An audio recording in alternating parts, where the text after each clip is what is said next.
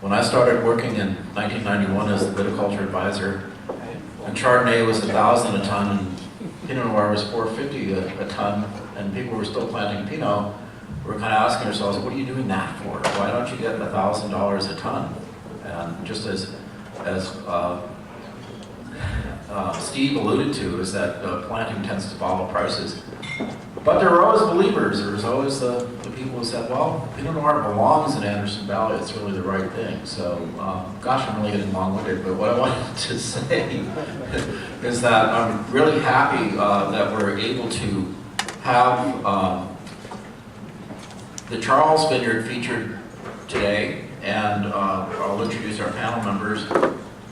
Bill Charles is the wine grower and owner of Charles Vineyard, and we're really happy to have him today with us. Joe Webb is the winemaker of Foursight Wines, and Joe is running around and finally coming to sit down. Erich Bradley is a winemaker of Pangloss, Repris, and founder of Sojourn Cellars. And David Lowe is a winemaker of the Withers Winery, assistant winemaker at Papapietro-Perry, and co-owner of Anthill Farms Winery. So he wears many hats. My grandfather and my parents came to the valley about 1940, following the timber boom. They had worked at a sawmill in the Black Hills and were always enamored with the redwoods. So we came here and started a sawmill. It lasted a few years, and during that time, we had the opportunity to purchase the property that Charles Vineyard is on in 1949. In about 1970, my mother had lived there after my father passed. We started with a friend raising beef cattle and hay and a little irrigated pasture. My wife and I continued that until 1999. In 2000, the urging of my brother, who had a great passion for wines, he kept dragging me along and saying, you've got to taste this one, you've got to taste that one. I said, oh my God, this is the best wine I've ever tasted. We decided that we would put a vineyard in. After you put a vineyard in, you really probably wouldn't put a vineyard in if you'd have known.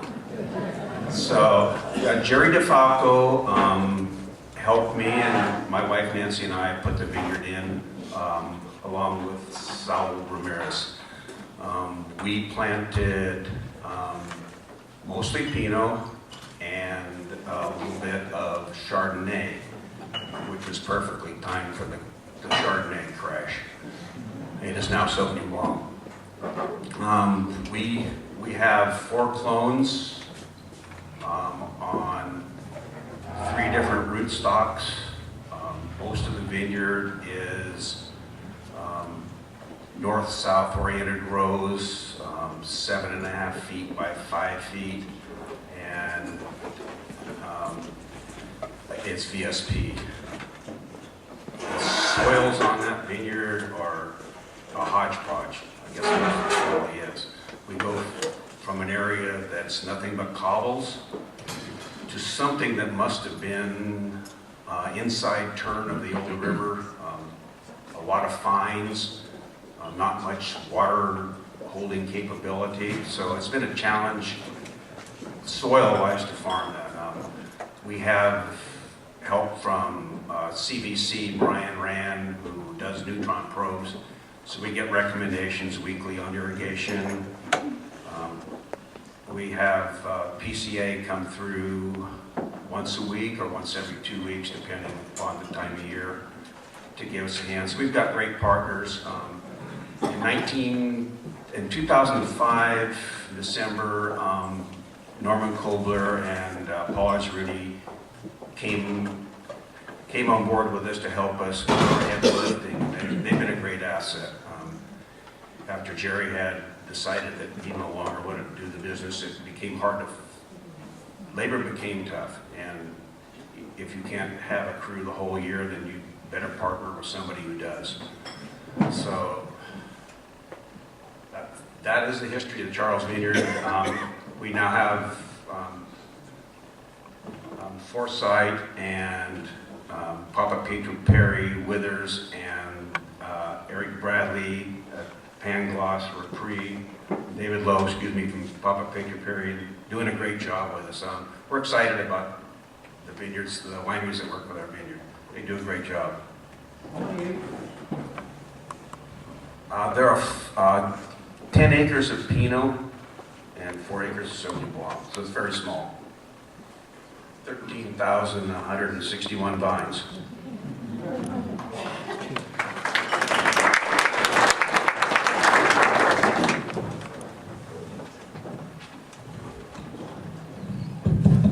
Alrighty, I'm gonna briefly talk about my wines, which are wine 1 and 2, but I'll let everybody know which wines we have in front of us. Wine number 1 is the Foursight 2012 Zero. Wine number 2 is the Foursight Charles. Wine number 3, number 2 is also 2012 vintage. Wine number 3 is 2012 vintage Pangloss.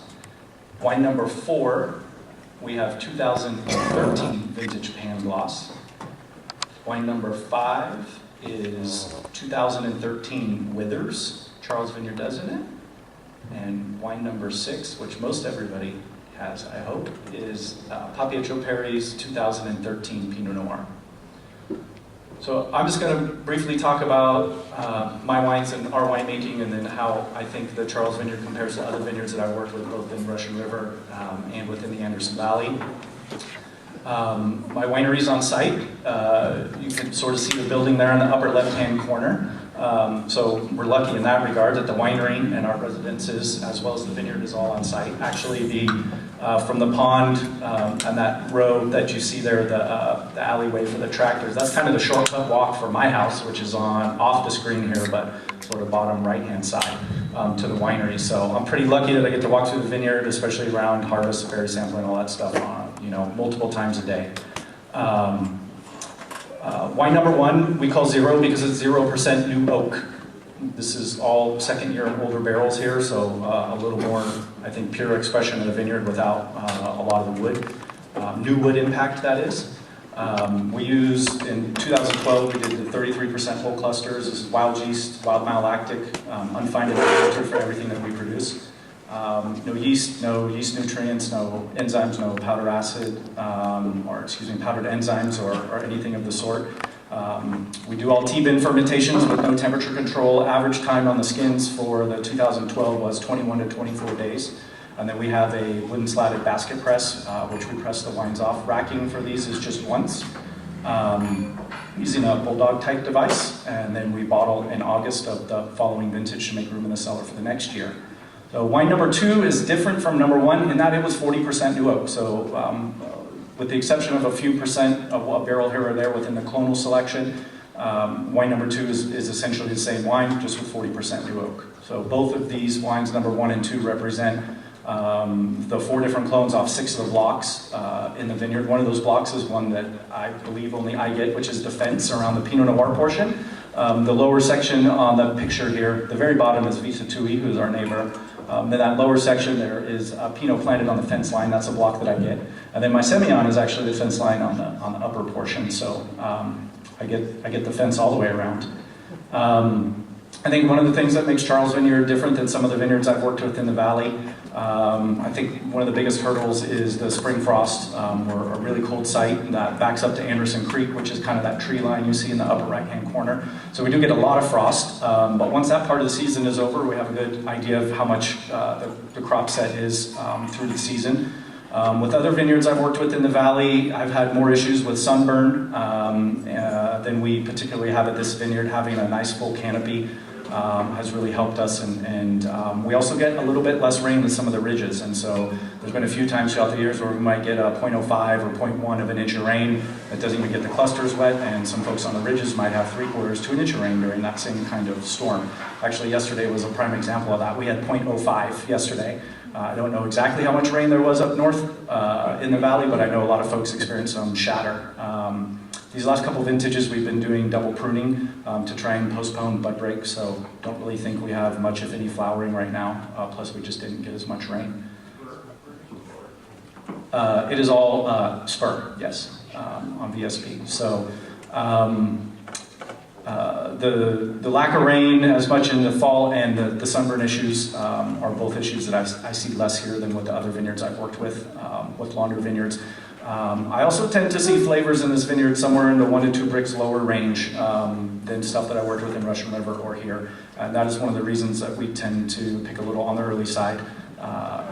This is going to be Foursight's 10th vintage, harvest of 2015, and every one of those years I am the first, at least through working with Norman and his information, the first to pick still wine grapes in Anderson Valley. So I do not have the benefit of a lot of my acquaintances already picking grapes and pulling in some numbers, and certainly as soon as I get my numbers, I pass it along to everybody else. But we pick relatively early to maintain alcohol sub 14% and some nice natural acidities, with the exception of 2 blocks. There's 1 block we have of the 114 that's got a little bit of leaf roll virus to it, so that does tend to shut down a little bit earlier and sometimes needs a little help in that department. And then one of the blocks of Pomard I do pick a little bit brighter as well.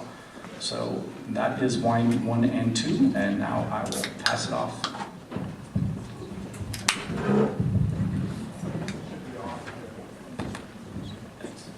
Can you guys hear me? So wines 3 and 4 are for a project called Pangloss Cellars.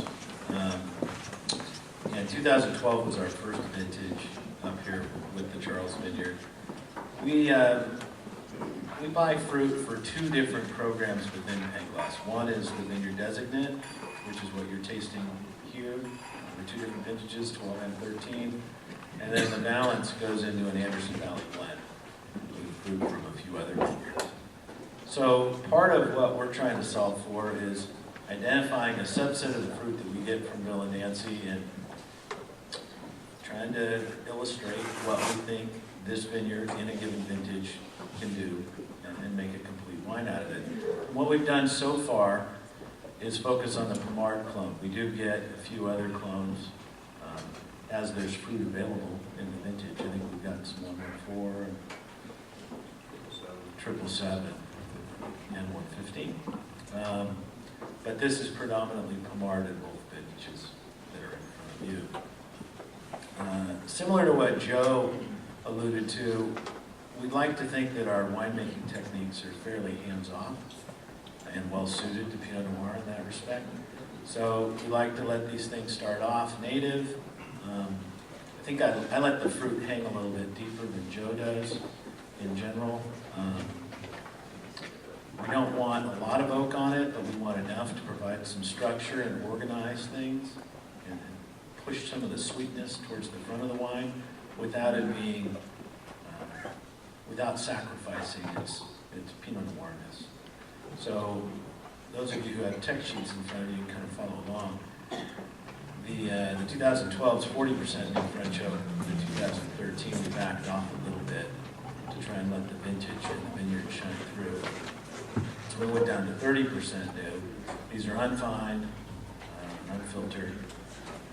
The alcohols tend to fall in the mid-14s, which is where we like it, at least for these vintages. I can foresee some vintages going lower. I can't really see any vintages wanting to go higher.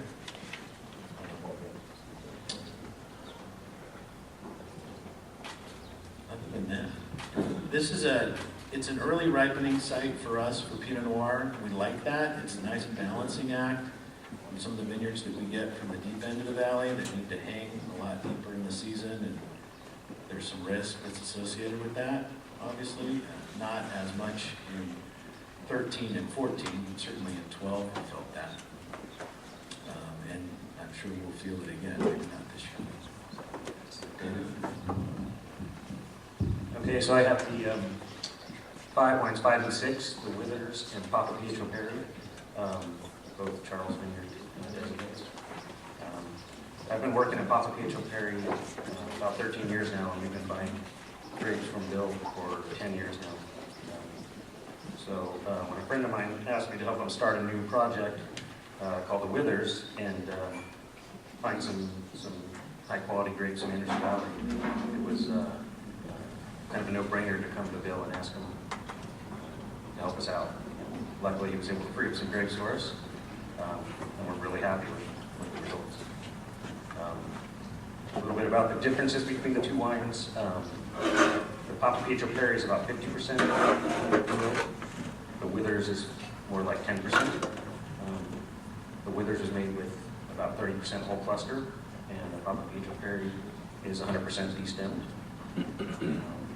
But other than that, actually we pick kind of on different schedules. The Withers was picked September 2nd in 2013, and the Papapietro-Perry wine was picked about a week later on the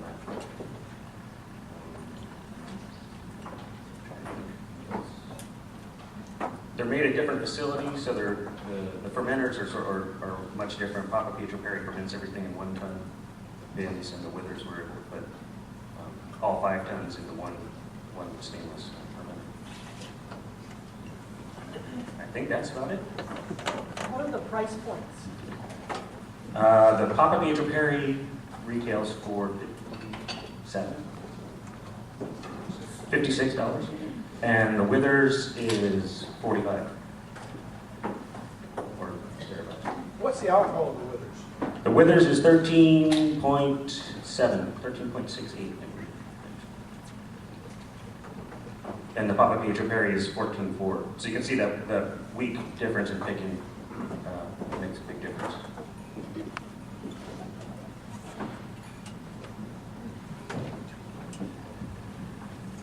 I'll just add a few more comments about a couple of the other wines that I make from the property. One of the things that I need to overcome is that I don't work with different vineyards. We only make wine from the Charles Vineyard right there on site. So tomorrow and later throughout the weekend, I also have done an unoaked Pinot Noir, 2013, which we're kind of debuting over the weekend. I also do a Pommard clonal selection, Pommard Clone 05. That is the largest single clone that we have on the property. It's got 2 rootstocks, and that fence line that I mentioned earlier is planted to that as well. I've also made Vin Gris out of that Pommard clone. Bill has sold in the past to sparkling producers as well, Schramsberg. So there is a good amount of versatility within the vineyard. You can make a lot of different types and styles of wines. Certainly some of the clones are a little bit harder for some of the, sparkling wine or rosé programs like the 114 or the 115 for sure. But the Pommard is very versatile from early ripening, sparkling all the way through a little bit bigger, bolder, and richer. I find that the Pommard tends to take new oak a little better as well. It's just a teeny bit of a larger berry. The Skid de Juchracio is just a little bit different there, so I generally have a little bit more oak on that particular bottling. Just to reiterate on wine 1 and 2, the price points for my wines, number 1 is 38, the 0, and number 2 is 46. The Pangloss wine, sorry. Go ahead. Just to finish the thought, retail pricing on the Pangloss was 39 on the 12, and I think we're going up to 45 on the 13. Got a question? Joe, I know you have a great weather station on site. What are your summer temperatures, just in rough strokes, particularly your evening temperatures and your daytime highs? So huge diurnal swing at the site. 50 to 55 degrees is sort of our average during the season. So for daytime highs, we do put up some pretty big numbers. The average over the vineyard has been 3 triple-digit days a year. And then even in those conditions, we're still often down into the 50s or 40s. A lot of that diurnal swing has to do with the fog. And so how much the fog comes in and how much it burns off regulates the nighttime lows. We're often into the 40s at night, even in the summer. If the fog comes in real thick, that'll be more like the mid-50s or so. We definitely get the wind. Actually, from looking out the tasting room, it's something I sort of talk to people about all the time, roughly about 1:30 to 2:33-ish time frame, all of a sudden the flags we have out, start just, pinning, blowing this direction as you can see the coastal air come in. So our daytime high is relatively early in the day for us, somewhere in that, 1:30 to 3 o'clock time frame. And then our nighttime lows are generally in the 5:30 to 6 o'clock time. I can always tell when the fog comes in by the weather station because it gives me my own nighttime low at like 1:44 or something like that, where it's in the middle of the night and you can see that it never dipped below that. Generally the humidity rises drastically with the fog as that as well. So we definitely have some warm days, but the interesting thing is that if you're moving temperature 50 or 55 degrees in a day, it's not the same temperature for more than just a matter of a couple minutes. So.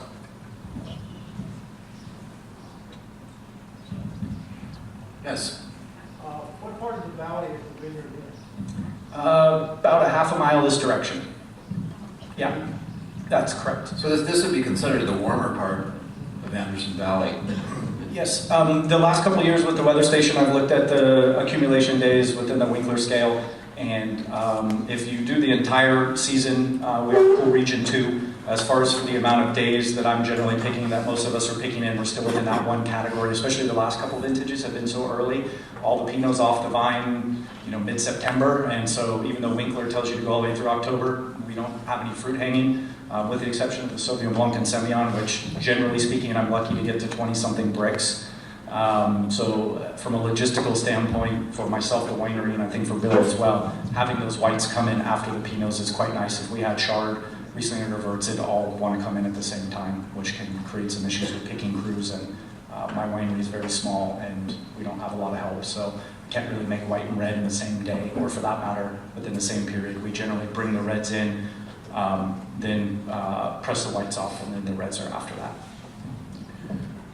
So just a comment from me, so this is really quite a wide range of styles, and I'd like to know from Erich and David a little bit about their yeast regime and also how you handle the fruit during the initial fermentation. So we start native on ours, and if we see them getting sluggish at all, then we'll hit it with some Osmanhausen to make sure that it has the resources to finish. We don't want to get it. In terms of handling the fruit, Bill's able to pick this stuff at night when it's nice and cool and get it down to us. We're making this wine down in Sonoma, town up in the hills, so it takes a while to get there, and it's always on our doorstep at about 7 a.m. as soon as we show up, so it's nice and cool.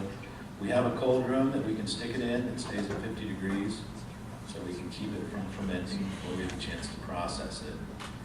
We'll primary sort, although the fruit shows up dead clean, so we don't need to sort out much. And then it gets destemmed but not crushed. We will ferment in stainless steel open top fermenters that have a pneumatic punch down device. They can punch down anywhere from 2 to 4 times a day, depending on where we are in fermentation and what we're trying to achieve. I like to do a cold soak on the front end of 4 or 5 days, mostly to give us an opportunity to find out what we're working with, run some analysis on it, make any adjustments we need to make, which hopefully aren't much. Usually have not been since 2012. And then we let it start naturally. The other nice byproduct of doing a cold soak is stuff doesn't want to race. It tends to start off slow, and we get a little more nuance and finesse in the finished wine that way. Oftentimes when we have fruit that shows up in the middle of the day, it's already warm, it started fermenting, there's a challenge to get it cooled down, and then sometimes it's difficult to go from there. Two questions, one for Bill. Average yield tons per acre, then for everybody, case quantities. Okay, so the question was average yield per acre and then case quantities for the production. Dijon close, in the 3s. It's pretty hard to get a Dijon to go any higher.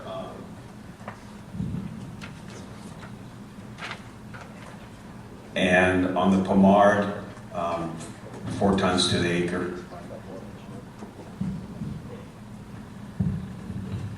Then case production. For Pangloss, it's on your cheat sheet there. We did 250 cases of the 12 and just over 100 cases of the 13. But again, we had a lot of Charles fruit that ended up in an Anderson Valley bottling as well in both those vintages, as well as 14. So that'll vary. And there are 300 cases of the Withers and a little more than twice that for the Papapietro. Both of mine are about 225.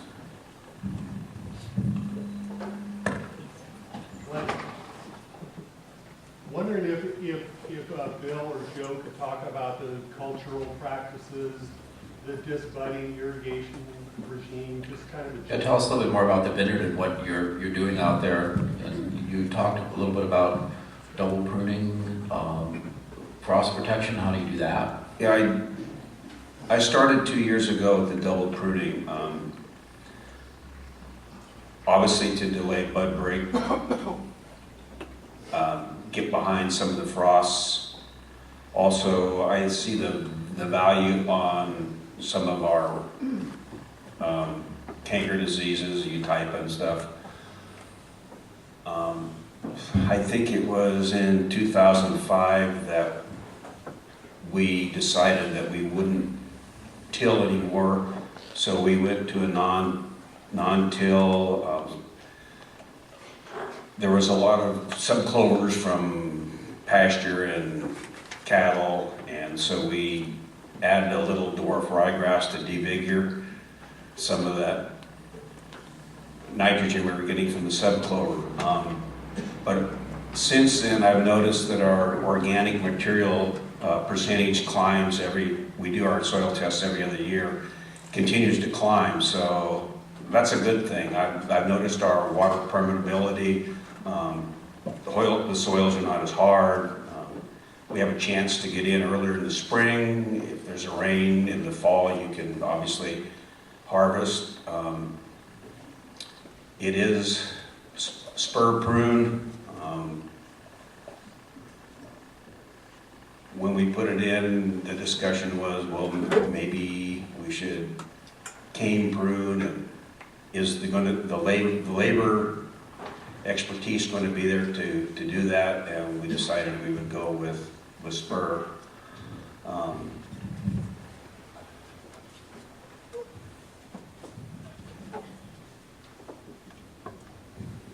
Any other questions? Are you leaf pulling around and suckering? Obviously, we suckered. Last year, we suckered very early to try and save any. We needed the moisture, we needed the vigor. The winter was hard on it, the drought, so we suckered earlier. This year was a more average year for suckering. Leaf pulling on the sunny side, no. On the shady side, yes, a little, but sparing, no. Unfortunately, no. And we don't do a lot of leaf pulling.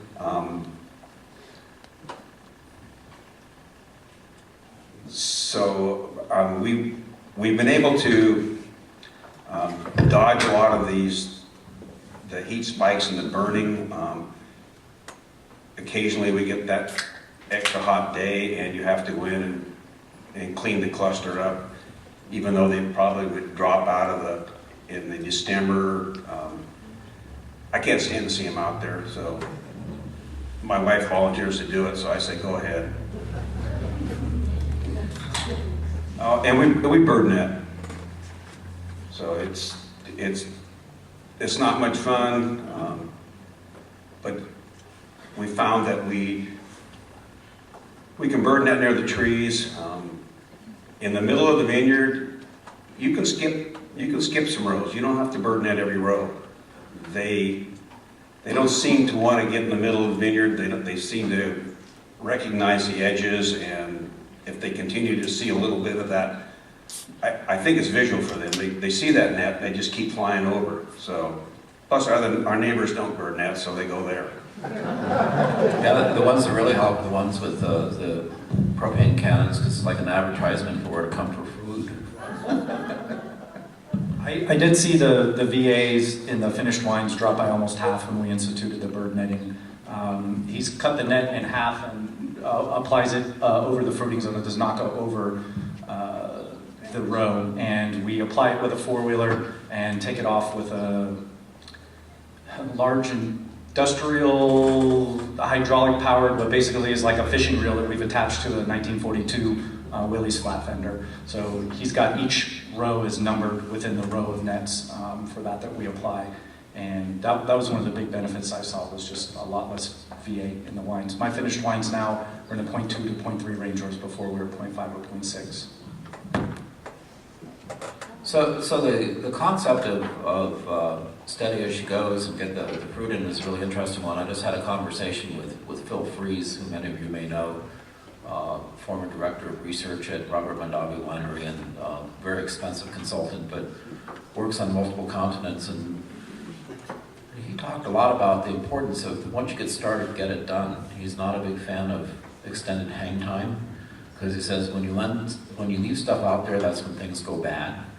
So he likes the idea of bringing in fresh, ripe fruit as soon as you can, which is kind of what I've noticed with these wines, is that they all have a brightness to them that I think is probably from,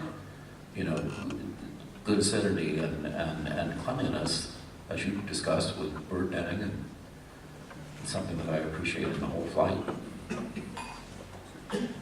Other questions? How many acres is Charles Vineyard?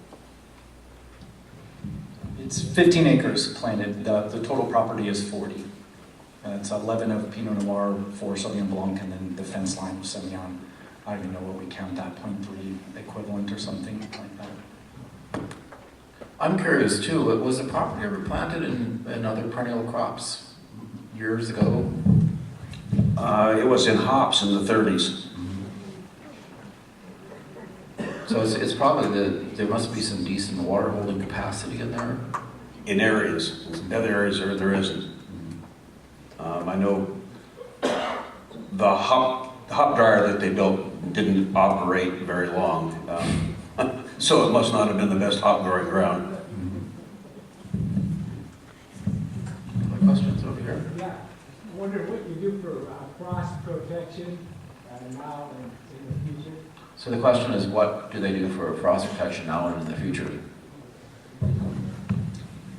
Late prune, double prune, sit out there and make sure that it's actually frosting not on the ground, but it's heading up into the cordon. So when I have to turn on, I can use a wind machine, or if there is no inversion, then I can use water as it's available.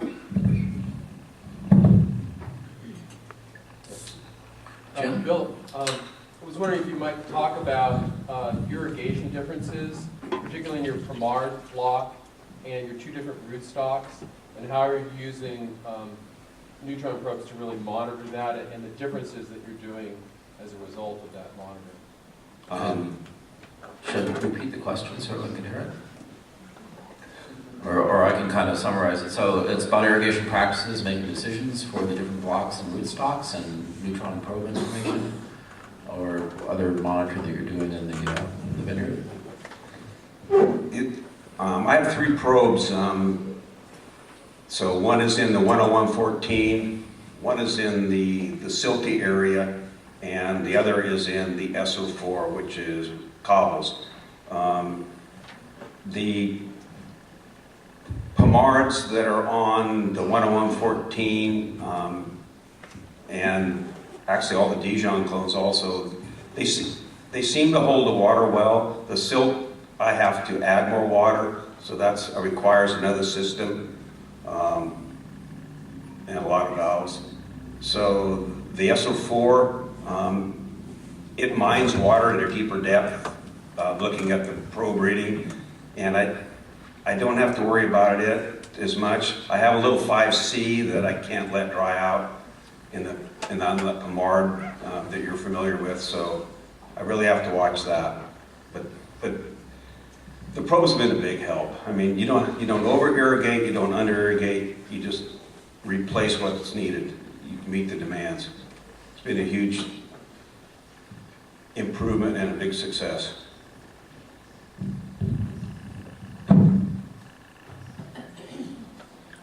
Other questions?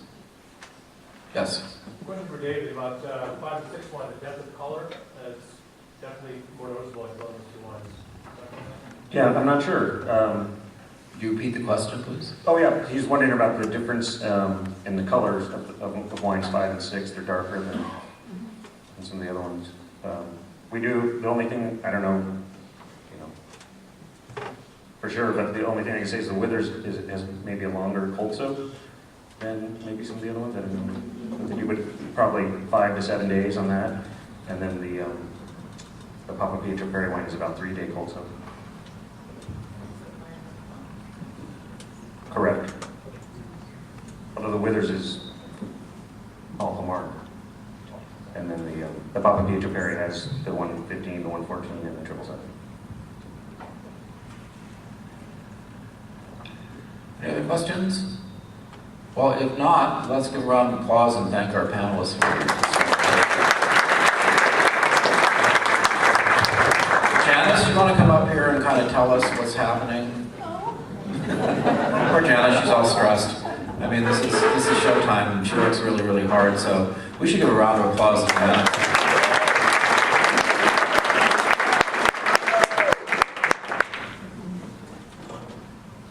Well, it's about 5 to 12. Lunch is just on the grill, so lunch will be ready, I would say, in about 15 minutes. So probably by the time we get up and kind of get together, there's wine already on the table, so glasses are out. It's a beautiful day. Make sure that if you are going to the barbecue tonight, that you stop up front and see Lynn, and we can pre-register so you don't have to wait in line. And if you are coming to the barbecue, bring something warm. Can't think of anything else right now.